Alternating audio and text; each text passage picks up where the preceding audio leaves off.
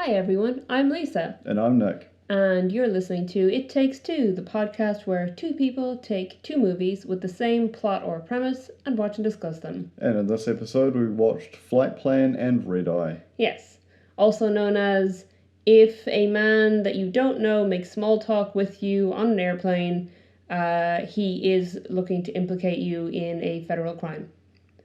Yeah, I don't know if it would be a federal crime when it's on an international flight, because Flightplan's an international flight from Berlin to somewhere. I don't remember because they end up landing in Canada. I can't remember. It was New York because it came up on the board in the beginning.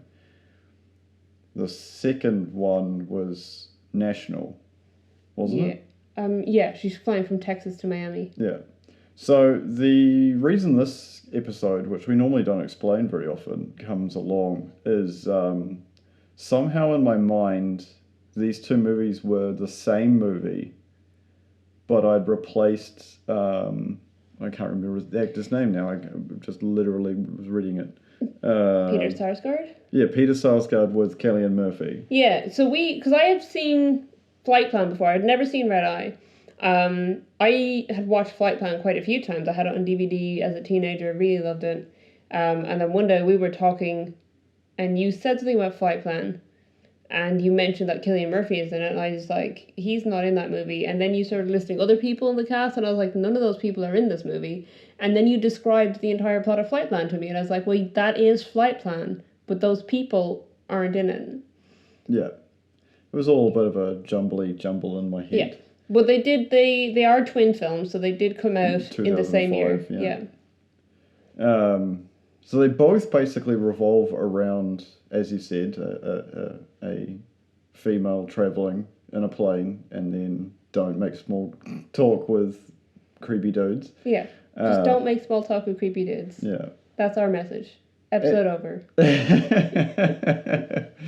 Thanks for listening. I don't even know where to get started. Both of these movies had very similar themes, obviously. Yes.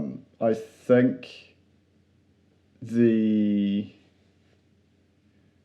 I don't even know where to start. I was going to say Julianne Moore, but now I'm just confusing. No, Jodie Foster. Jodie Foster, because of the whole recasting for the Hannibal series. Right, because yeah. she was Clarice in Silence of the Lambs, and then Jodie Foster. No, not Jodie Foster. Julianne Moore took over in Hannibal. Yeah. Yeah. So yeah, I obviously there's a massive difference in plot, but it's interesting watching. Yeah, like basically being like. The twist comes very early for Red Eye. They're literally sitting down, they're about to take off. Yeah, he wastes no time. It's the second the plane is taking off. He's like, okay, well now I can just tell you everything because you're trapped with me on this plane. Yeah, where it's not until third quarter where you find out that Carlson? Is that I could never. I think in all my notes I just called him the Marshal. Peter Sarsgaard's character. Yeah. Who is an air marshal. Yeah, Gene Carlson, a sky marshal, is actually the terrorist. Yes. Obviously, this movie came out both movies came out in 2005. Yeah. So. Sky marshals being on planes was a big thing because obviously 9/11. Yeah. There is, in Flightplan, there is a lot of blaming Arabs that happen because there are some Arab passengers and some, I wouldn't say redneck, but, true blood American. Yeah, there's definitely, because it's kind of unintentional on Jodie Foster's character's part. Her name is Kyle, which is a male name, but it's because I'll get to that later. I'll explain it because it's interesting. But there's some unintentional blaming. I don't think she was being racist or trying to be racist. She thinks she recognizes these two guys from being outside her, or being across the courtyard from her the day before. Yeah. So she thinks they've been following her. It just so happens they're both of Middle Eastern descent. Yeah.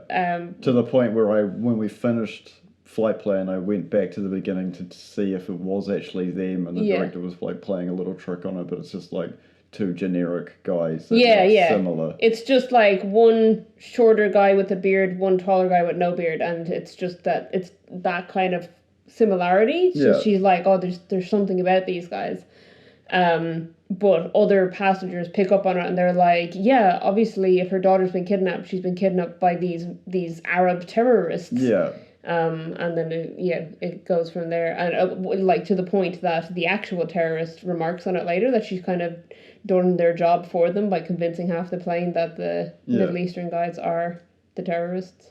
It's interesting because I was going to say Jodie Foster's character, but that is I am right. Yeah, Jodie Foster's character is a airplane engineer. Yeah, she's a propulsion engineer. Yeah, that's right. And she knows the layout of this, I guess, fictional, because I've never seen that. It looks like a fictional plane. Okay. Yeah, I don't think when you open up actual plane electronics that are all backlit by LEDs. Right. I don't think there's probably a feature they put in there, because no one's going to see it except some poor technician crawling around in a very hot space.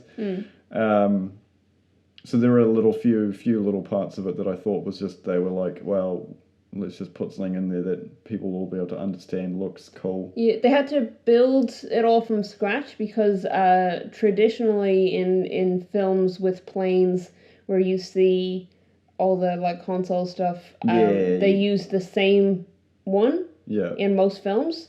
And before Flightplan, the last one they used that console in was Castaway, where they destroyed it. Right. So the same console stuff had been used in a whole bunch of different airplane movies, and then Castaway destroyed it, and they were like, oh shit, we have to remake it from scratch for Flightplan. Yeah, Flightplan I think had the plane being more of a, I wouldn't say a character. It's not like a character like Moya or Serenity. Yeah. And it's just more of a plot point that she knows the plane really well. Mm-hmm. Have you seen the movie? You probably haven't. Executive Decision? No. Oh, okay. It's a very similar sort of premise-y. No, it's not. It's a completely different premise, but it's very similar with like people sneaking around on planes. Oh, okay. Like lots of espionage stuff. Yeah. Whereas it has one of the funniest deaths in ever, which is so spoiler alert for anybody who hasn't seen Executive Decision. Steven Seagal's in it, and they're boarding a plane that's been taken over by terrorists via a stealth bomber, and they attach to the bottom of it, and then like something bad happens, like the vacuum seal isn't working, and the tube that's like connecting the plane to the stealth bomber gets compromised, and like Steven Seagal sacrifices himself to be the hero and save the plane and the crew and the special ops team that have been placed on board. And when the tunnel collapses, he ends up hitting like Les Miserables, where he jumps off the bridge, and he could have just landed into the water. Am I thinking of the right movie? I have no idea where you're going with this. Okay. He just hits the plane tail wing, and it looks hilarious because it's just like this weird dummy that falls out of the. Okay. You know how when he jumps off the bridge in Les Miserables, and instead of falling into the water, he like smashes his spine on the concrete, and it's just like, why was it that over the top? My point being, there's lots of crawling around in the plane in Flightplan where there isn't in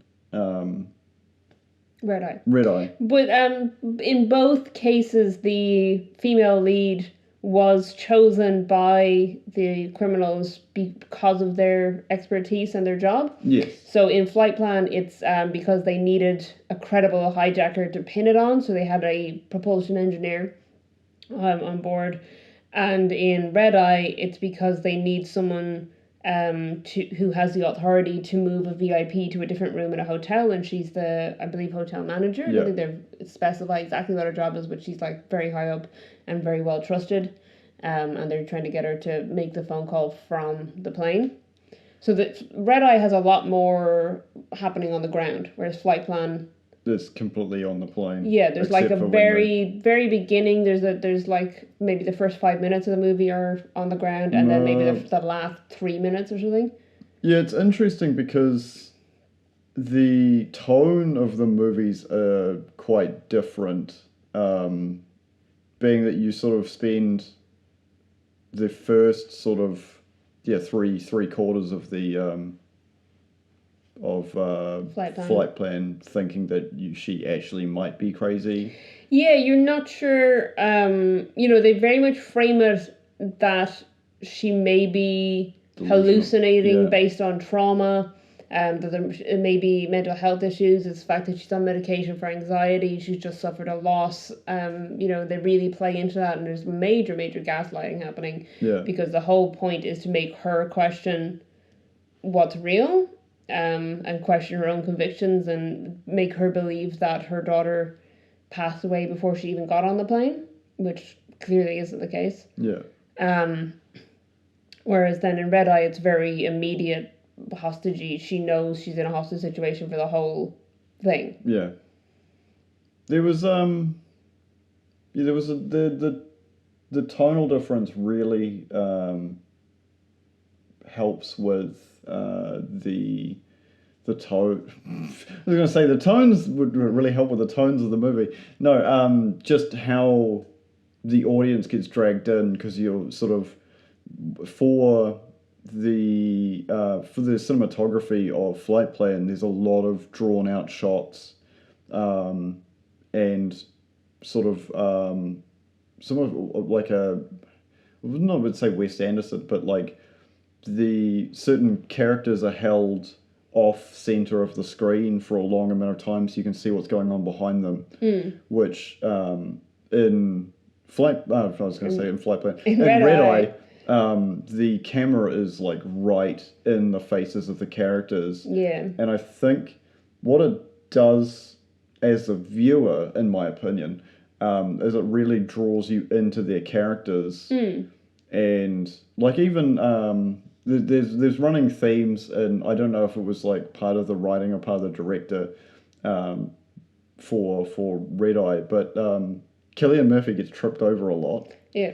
And I love because there's a sequence where there's like a little girl, and she's trying to get messages to the other people when she's found out she's been kidnapped, by going to the bathroom and writing stuff on the mirror, which is a bloody good idea. Yeah. Cillian Murphy's character is just literally Jack the Ripper. It gets tripped over by the little girl, and the camera holds on the little girl's face like, I did that, bitch. What are you going to do about it? The little girl is the only person who spots that something's going on in that whole film.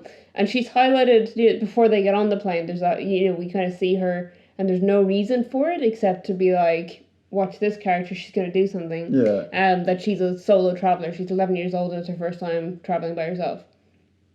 And then she is waiting in line for the bathroom, and then Cillian Murphy goes in to wipe the stuff off the thing and threaten Lisa. Rachel McAdams' name in it. It was so weird hearing someone say my name that many times. It was really, he's so creepy in it. And he just kept saying my name.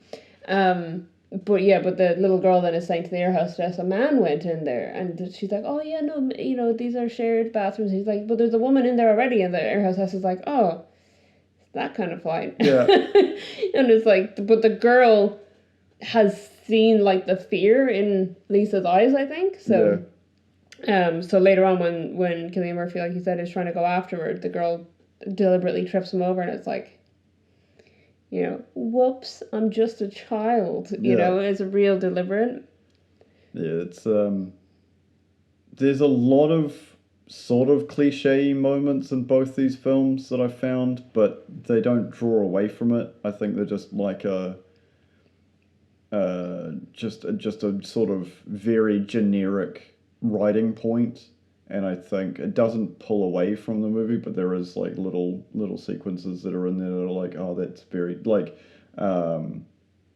it's interesting because the beginning tone of Flightplan has this really, well, I wouldn't say spooky aura, but it's just, it feels unsettling in comparison to the sort of happy-go-lucky beginning of Red Eye, where she's like talking to people at the airport, and like she gets a coffee spilled on her, and she's like, oh no, and then you find, and she's like looking at herself in the mirror, and she's got a scar on her chest, and you're like, I wonder what that's about, and it comes out in the rest of the movie. But it's, her handing the book that her dad gave her, and her dad being like, I'm worried about you, honey, like, hope your flight's okay, versus, going to see having to identify your dead husband in his casket, and then like staring out the window, and the mobile showing lights in the daughter's room is super creepy. Yeah. With the planes on it, and you're like, that's not normal. That's set up for the movie. Yeah. It's interesting because they very much, so Red Eye is like set up like it's kind of an action movie. Yeah. And it's definitely got like horror, thriller, aspects to it. Flightplan is very much set up as a psychological thriller, and I feel like the atmosphere they're going for in the beginning is The Sixth Sense. They want you to think of, maybe this is a ghost story. Maybe she is seeing her dead daughter on the plane. They want you to have that doubt where you're thinking like, I don't know, maybe, no, we didn't see anyone interact with the child. Yeah. Except for her, like in The Sixth Sense, where we don't see anyone interact with redacted, except for one person. Yeah. Who can see dead people. But so you kind of, I think they're trying to set up that kind of eerie, her reality might not be actual reality. Yeah, they did really well. And yeah, there's a creepiness of it, of like Carlson's character being like, I'm a person of authority. They'll believe anything I say. And you're like, ugh, like... Highlighting that people like him are drawn to positions of authority. Yeah. We're like Cillian Murphy's character, Ripper, I don't know, actually, that's not his... It's like Jackson is his first name, anyway. Yeah.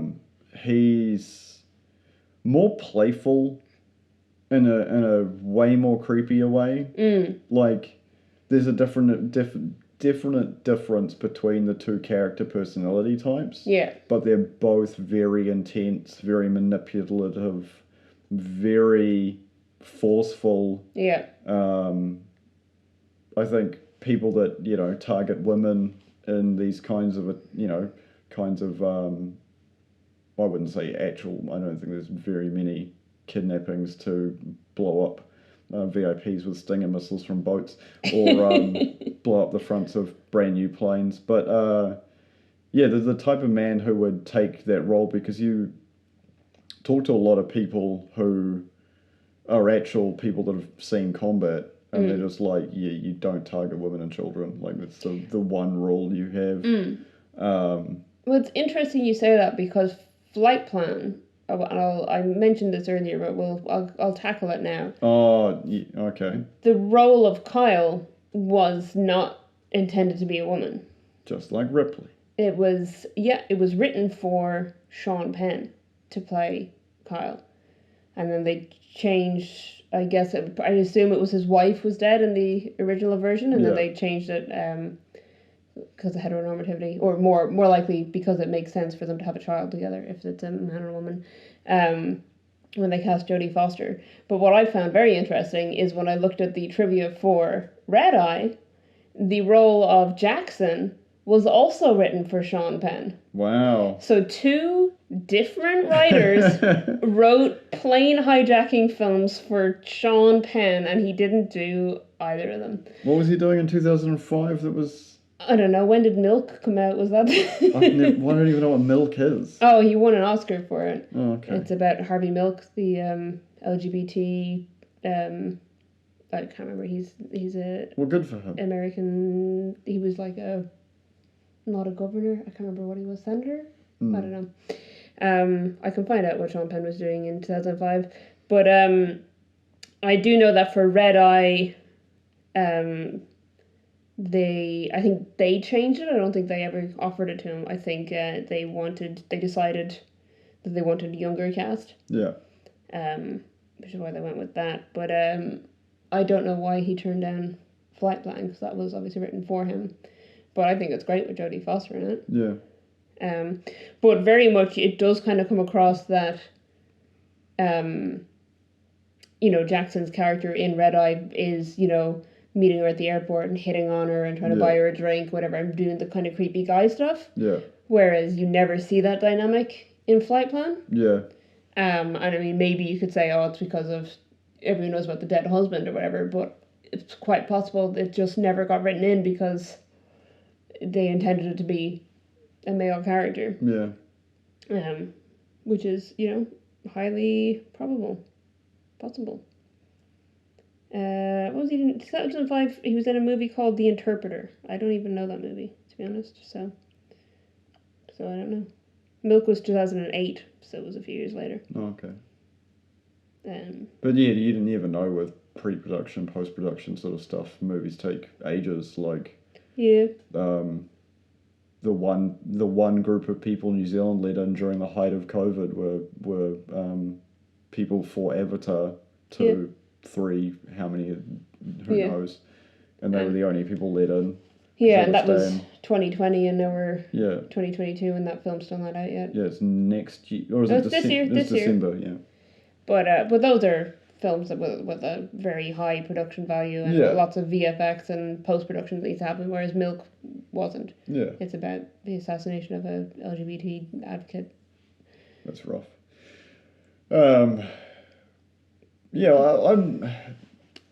The subtle differences make both these movies really good. Mm-hmm. It's hard for me sitting here right now because when we normally do these movies, especially when they come out the same year with the same sort of similar plot. Yeah. One of them is always usually worse. Yeah. And I think these ones are so close together in rating, let alone quality, that it's very difficult to just spend my entire time shitting on one of them and just being like, the other movie did that so much better. Here's 17,000 examples. It's fun because I prefer Flightplan, but I grew up with Flightplan. I was 14 when it came out, but still, I had it on DVD as a teenager, and I watched it a lot. I really, really enjoyed that movie. Yeah. Panic Room, I think, was around the same time, so I think I just went through like a Jodie Foster phase, or else she just was in movies that I liked at that time.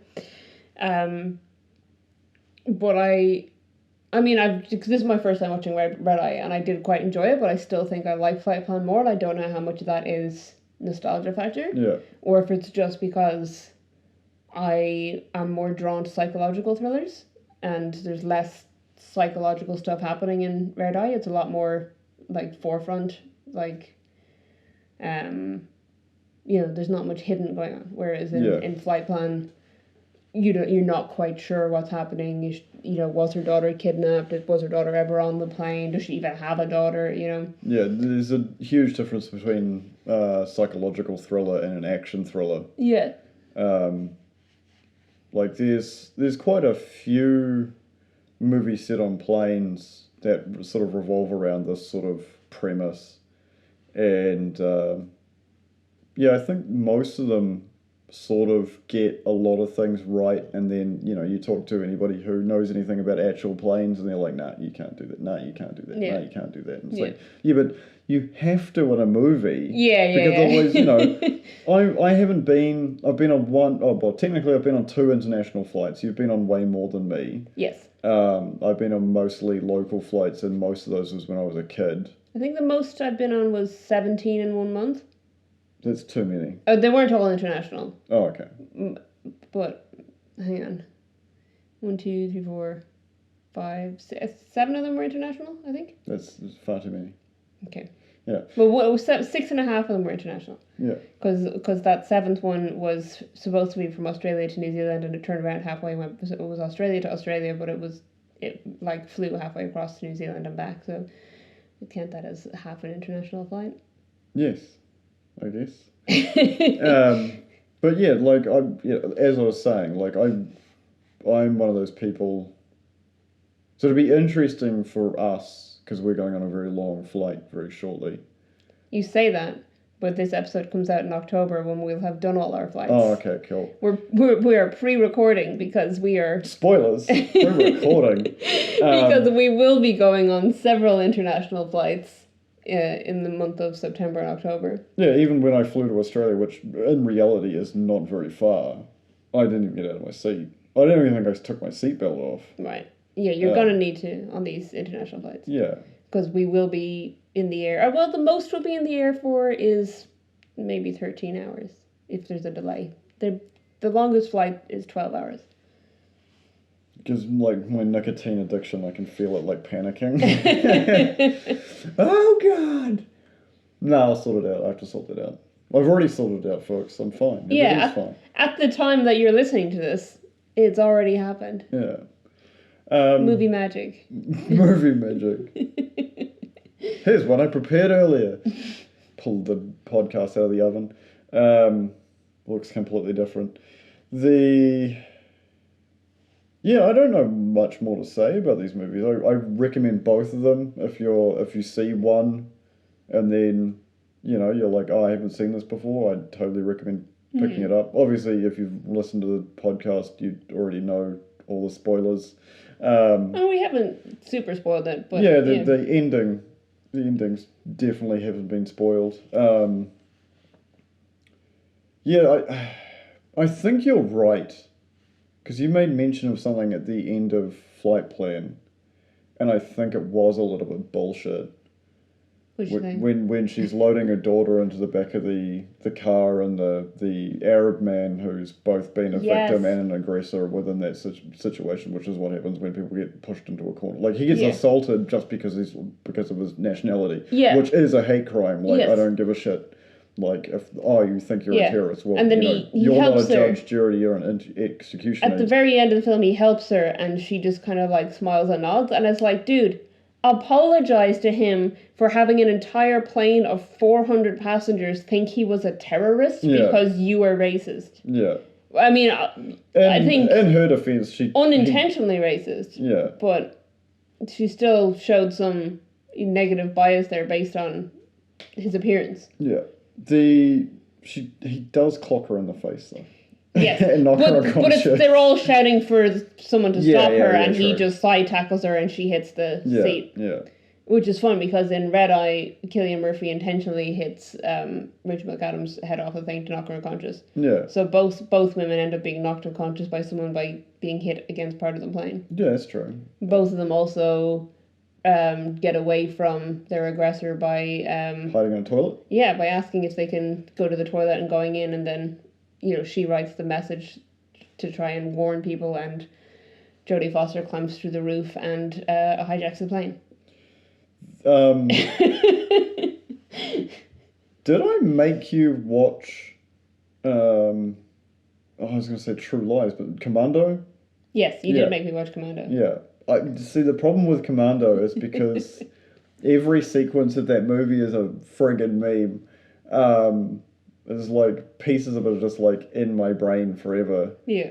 Anytime anybody gets on a plane in a movie and they're like have to go to the bathroom, I just remember Arnie being like the stewardess is like, "Sir, you have to go to your seat," and he's like, "But I'm airsick," and they're not even off the ground. They're still parked. And the whole like where both the characters get knocked out, it just reminded me of like, "Don't disturb my friend, he's dead tired," because he just snapped his neck and like covers him with a blanket. He's dead tired. Yeah. No, it's just that movie. Oh my god, that movie's so good. Anyway, I feel very sorry in Red Eye. I feel very sorry for Cynthia, who is the, I guess, new assistant at the hotel, who is looking after the place while Lisa is gone out of town for her grandmother's funeral. yeah, And ends up having to rescue people from a terrorist attack, and, and deal with like the shittiest customers while half of the hotel is being bombed, and like literally that's her first weekend left alone managing the hotel, and this is the shit she has to put up with, and I feel bad for her. Gemma Mays, who plays Yeah. Cynthia, had only done TV up to... That was her first movie. What I know her from something, but I couldn't pinpoint what it was. Smurfs. Smurfs 2. I don't think I would Paul remember. Blart Paul Blart Mall, thank you. Mall Cop. No, I haven't seen that. What was she in on TV? You said she was on TV? How I Met Your Mother, which is... That was Was she actually... in an episode of House? House. I probably would recognize her from that. Entourage, Heroes. Heroes! Ghost Whisperer. It would probably be Heroes. Glee. No, I didn't watch Glee. Okay. Yeah, I think probably Heroes is what I know her from. Which probably would have been around the same time as this, right? Heroes? No. Or slightly later? Heroes was... Oh, I just had it there. 2006 to 2010. Yeah, so this was 2005. Yeah, so that, true. So it would have been started around the same time that she was in this. That's fair. Yeah. She's good in it, but I just feel very bad for her character because she has to put up with all this bullshit. I do also very much like how much Red Eye highlights the bullshit that people with customer-facing jobs have to put up with on a regular basis. Yeah, there was a nice touch from the writers. Yeah, people... Because I've watched those airport shows, and it's just like... So-and-so's flight's been cancelled. Let's check in with their boarding. And they're just like some friggin' Ken and Karen are just yelling at the... And it's like, well, I can move you, but it's going to be tomorrow. No, I want to get on this flight now. There is no flight now. Like, it's just... And we've both worked in like customer service and the hospitality kind of positions, and people are dicks. Yes, there is a difference. I feel when people can't see your face, people tend to be a lot more rude.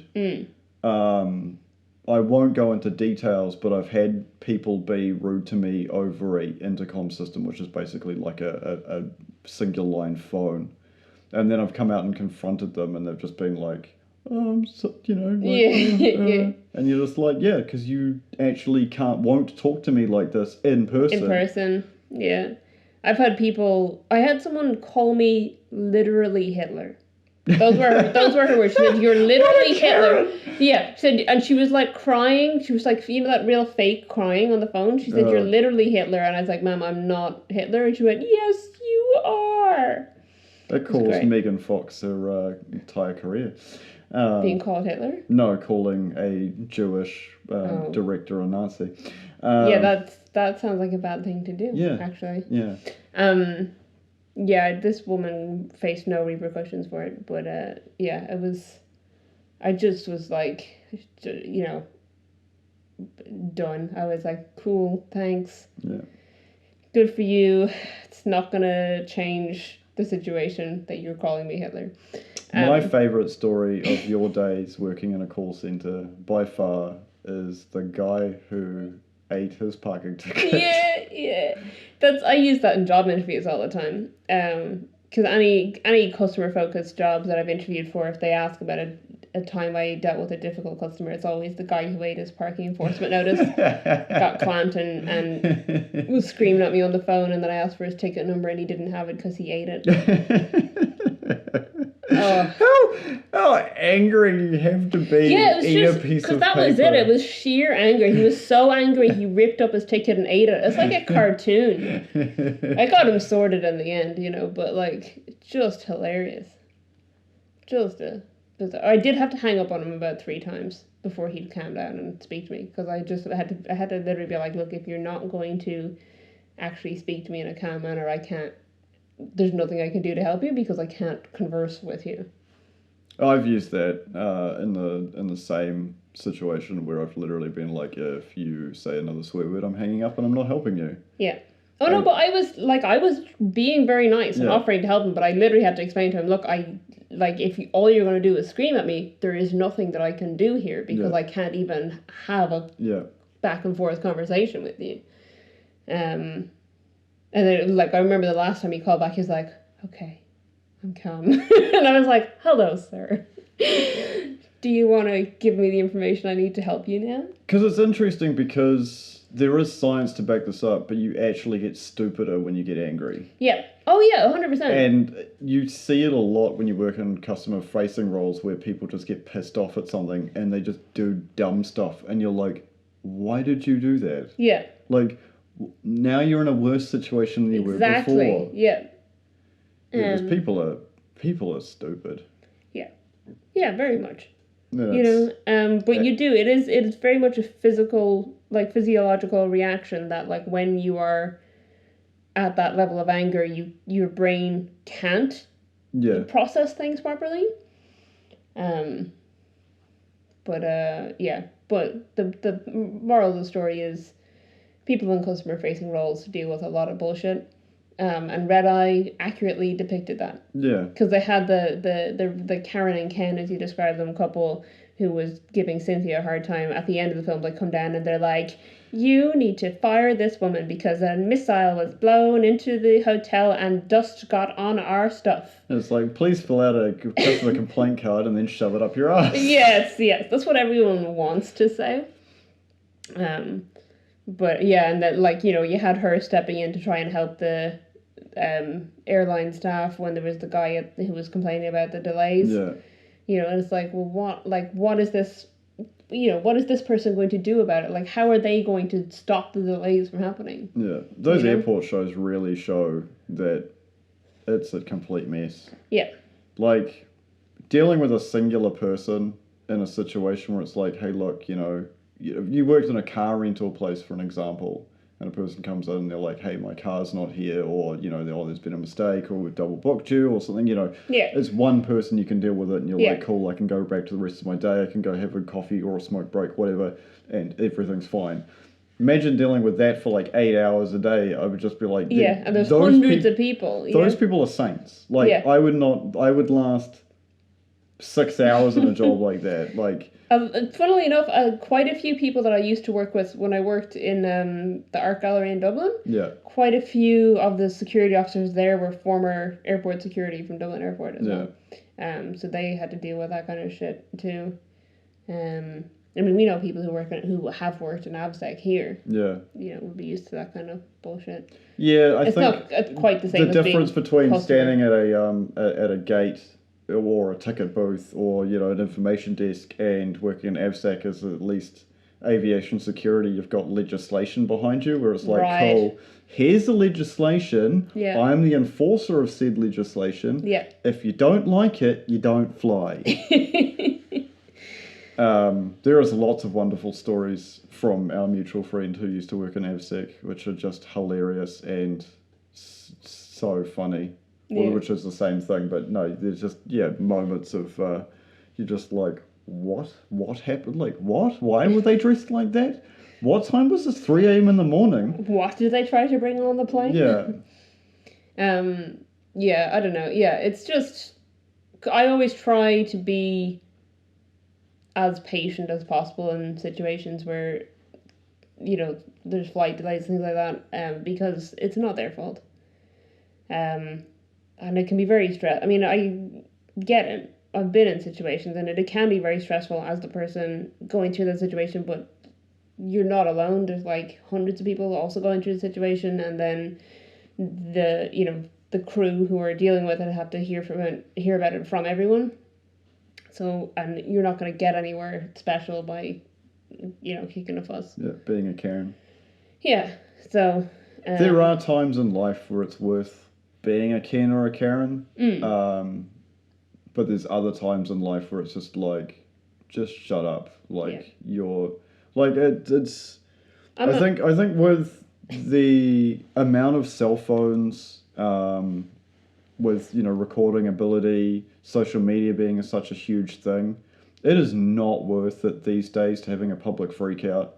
I am guilty of watching a lot of those like public freak out compilation videos, and when you actually look into it, like people, like especially with COVID, in the last couple of years of our collective history now.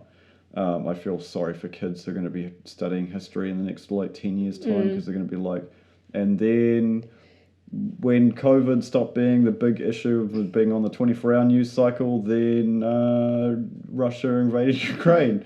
But yeah, but it can damage your life.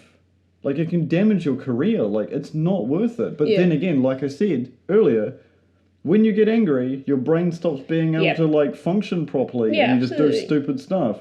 But it's like, we're all the same, right? We're all the same. We're all people. We're all humans. We all deserve the same rights. We all deserve, and it's that kind of bullshit when you work in customer service where, well, I'm the customer, so I'm always right. It's like, that is the worst allegory that anybody's ever put in anywhere. I hate that idea of the customer's always right, because the customer is mostly almost wrong. Yeah.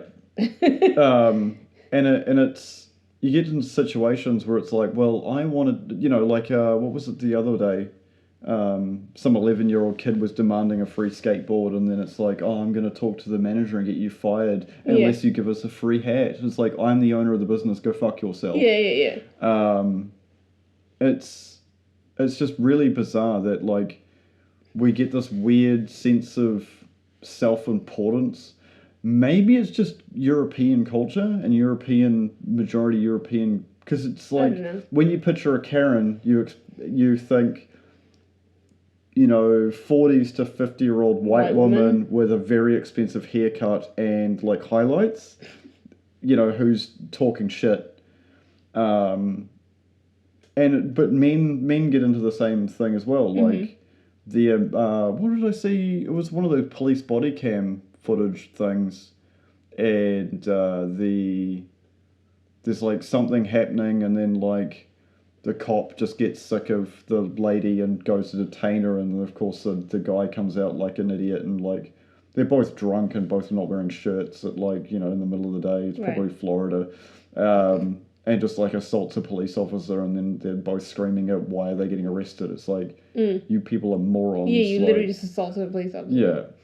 It's, I don't know. I mean, sometimes I feel like I'm a Karen, but I'm not, because I'm not abusive towards customer service people. Yeah. The time that I feel like I'm Karen is when I call noise control on noisy neighbors, or call parking enforcement on badly parked vehicles. But in both instances, I'm very polite and helpful to the customer service people that I'm on, or to the people that I'm on the phone to. There's a difference between being a Karen in a situation where you see someone parked illegally, and then you walk up and you start yelling at that person and call the cops on them there, because the police are like, we're dealing with actual murders and armed robbers and drug dealers. It's only been twice now I've called parking control about vehicles, and both times it was because they had parked with the nose of their vehicle against the wall and the tail of the vehicle out on the road. So you have to physically go onto the road to get around.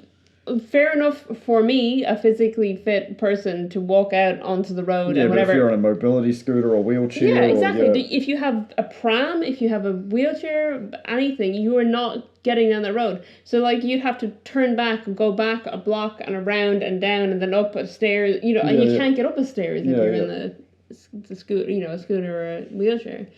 So, it just was no, if you physically can't get around this, I just don't understand. But in fairness, the person who parked there is more of a Karen than me, because they think they're entitled. Yeah, they think that they're more important than literally everyone else, and they can park there and prevent people from using the footpath. Yeah. We've gone way off, but it's fine. That's all right. Yeah. the tangent has taken us. Yeah, I mean, we didn't have much more to say about the movies, did we? No. I like both movies. I would recommend both movies. They're rated lower than I would expect them to be, because there's, I think, Red Eye is rated 6.5 on IMDb and Flightplan is 6.3. Yeah. I would have rated them both maybe at least in the 7s. Yeah, it's interesting because I think when you're looking at ratings, unless they're like cult classics or beloved movies, I think the movies that are still more in the weeds tend to probably get rated down. Like we had this example with the two movies about women's health and abortion that we covered. Were just like bombed out to the point where you'd be like, why the fuck would I watch a 0.9% movie? And it's like, well, it's like, well, actually, if you read the critics' scores, it's 100%. Yeah, because these are really good movies, but just people who are anti-abortion and bullshit will physically make accounts. It's like that. What we were talking about the other day? We were walking down the street. Oh, the spotted kiwi. Getting extra the bird of the year competition. There was controversy here with the bird of the year competition a few years back because someone made a bunch of bot accounts to vote for the little spotted kiwi. So the little spotted kiwi had to be taken out of the competition, I think, because the votes were all fraudulent. Yeah. Terrible. Someone casting like 1,000. I wish that happened in politics. If you like, they found out that one singular person had done fraudulent voting, that candidate was just eliminated, it'd be great. Well, no, in fairness, it was like, I think 1,500 additional votes for the little spotted kiwi, done through fraudulent voting. Because the time that I mentioned when we were talking about this subject in general, the thing that I came up with was the guy who on social media talked about the fact that he'd fraudulently voted multiple times for an American presidential candidate, and then he was arrested and was just like, why am I being arrested? It's like, you committed a federal crime and you confessed on social media, dummy. Yeah. Oh, you can't prove it. Well, no, you're one person to investigate. We don't have to investigate 360 million people. Yeah. You literally told us you did it. Yeah. So the evidence is going to be some... Yeah. A genius who would delete all the evidence wouldn't then be like, confess it on social media, yeah. And it's because I saw something was on Reddit the other day that made me laugh. Is they're putting in policy that rap lyrics can be used as evidence in court. That what can be used? Rap lyrics. Rap lyrics. So when rappers are like, I killed that man, they'd be like, well, you confessed to a crime, now prove you're innocent. Oh my god. That's fun. Billie Eilish needs to watch out because she sang about murdering someone in one of her songs. Oh no. Oh no. Not Billie. Oh my god, she's a murderer. Yeah, but isn't like... Because I've been listening to Oxytocin quite a lot recently, because it's a real banger if you haven't heard of it. That's my favourite song to do on Beat Saber. Yeah. It's... She's talking about murdering somebody, right? In Oxytocin? Yeah. Or like submissive domination. Yeah, I think it's a sexual okay. thing. I think in that one it's a sexual thing. I'm going to continue listening to this. It's Bellyache is about murder. Oh, okay. Well, is that from the same album? No, that's one of her older songs. Oh, okay. I don't know if it was even on the previous album or if it was just a single or EP or something. Doesn't ring a bell to me. Oh, it's definitely older, but it's like, it's about like killing her partner, her lover, or whatever. I think she was like 14 or 15 when she that sounds like a 14 or 50-year-old thing to sing about. Oh, kids, get them. Kids these days. What was I saying the other day? I say so much. It's hard to keep up. You're just always talking. The whole concept of like an entire generation based on really toxic relationships. Oh yeah, that everyone is aspiring to be Bella and Edward. Yeah. Yeah. Where previously it was like Joker and Harley. Oh, and that also came back again with the Suicide Squad. Yeah. What was the example I gave? Because I was like, oh, you're forgetting about someone and someone, but no, I can't remember who it was. Bella and the Beast. No, that's what you said. Right. Oh, what was it? It wasn't Bella and the Beast. I had one that was better, and I can't remember what it was. Oh, yeah.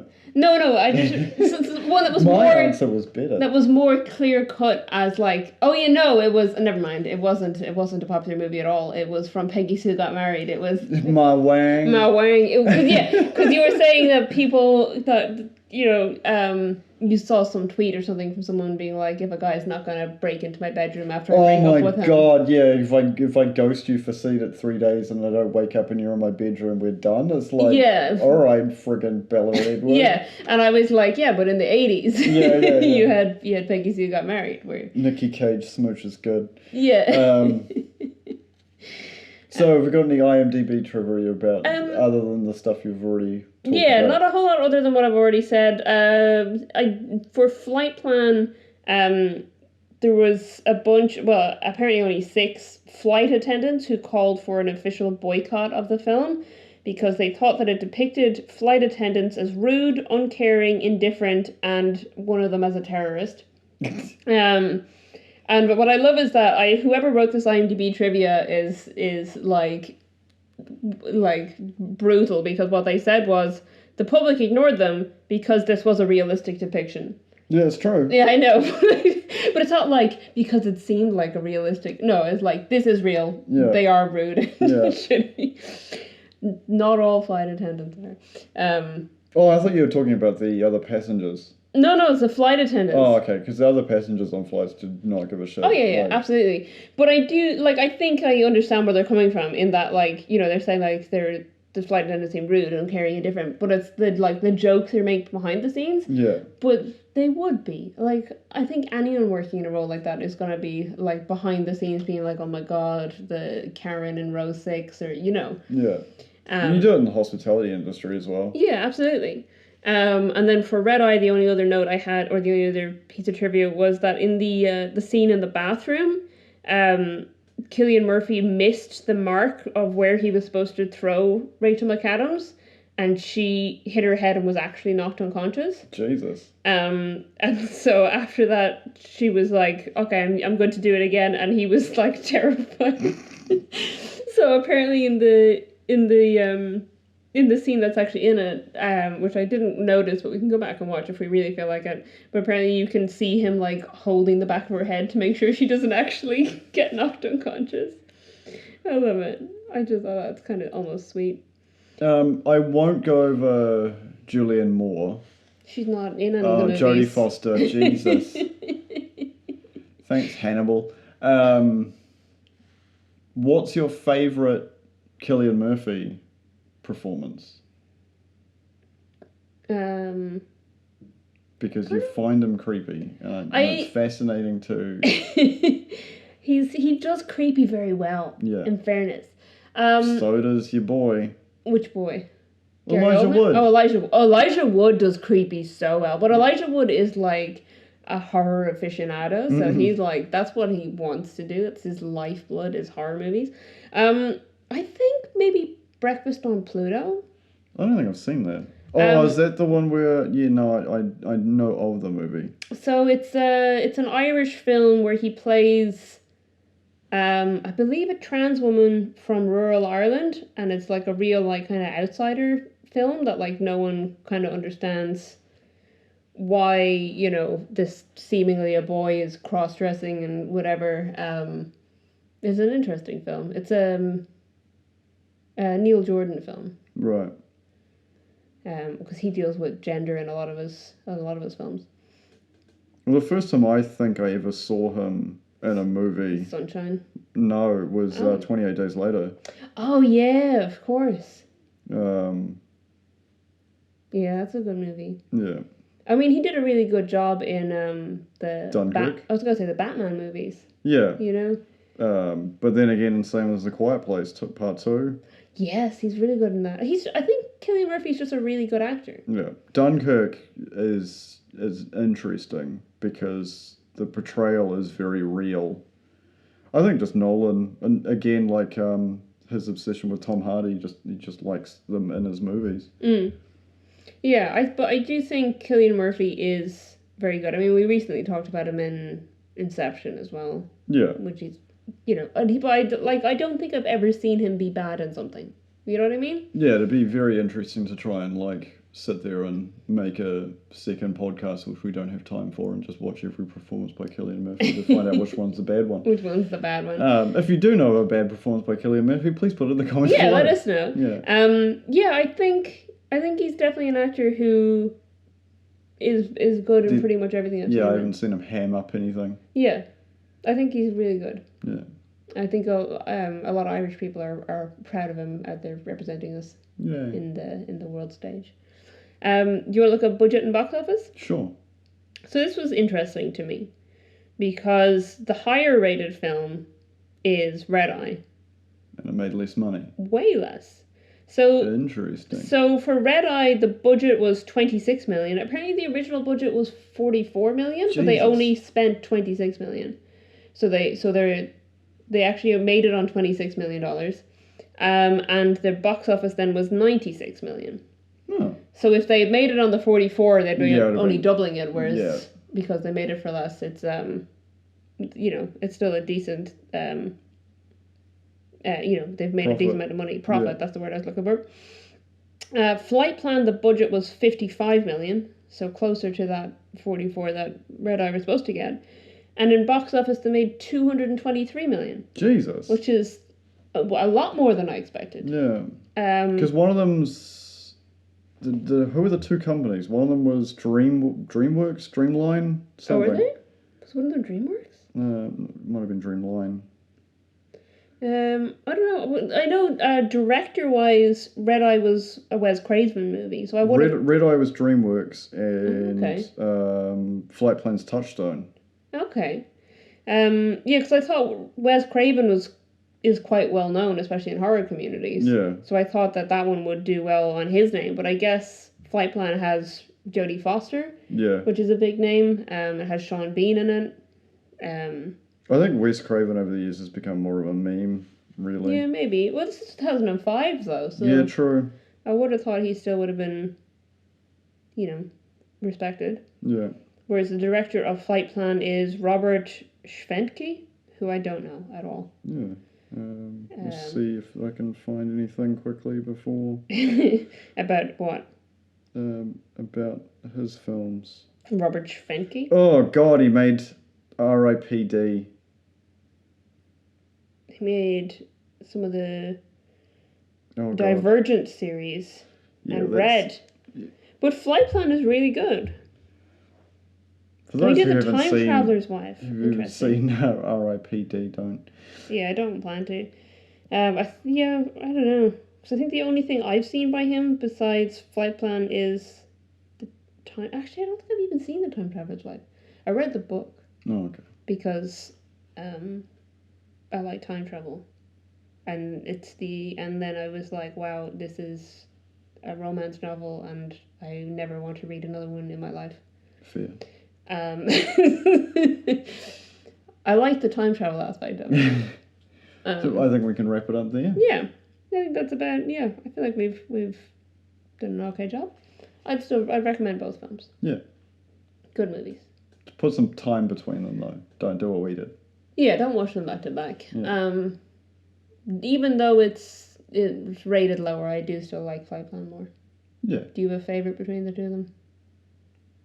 No, I'd like a bastardization of both of these where the original timeline in my head played out where it's Cillian Murphy doing the Peter Sarsgaard thing. Yeah. Because he'd do that, because Peter Sarsgaard goes manic once he's been revealed. Yeah. And Cillian Murphy would do that so well. Yeah. Not that Peter Sarsgaard doesn't. He does a good job. Yeah. They're all pretty good. All right. Well, thank you so much for listening. As I started saying that, I realised that's what you normally say, and I've ruined everything. That's fine. No, sorry, I'll take that back. You haven't ruined everything. Everything is okay. Not that it's fine that you've ruined everything. If you want to find us on social media, you can find us on Twitter and Instagram at @ittakes2_pod. or on Facebook at It Takes Two Pod, and our website is ittakes2.co.nz. Stay safe out there, folks, and have a safe flight. Goodbye.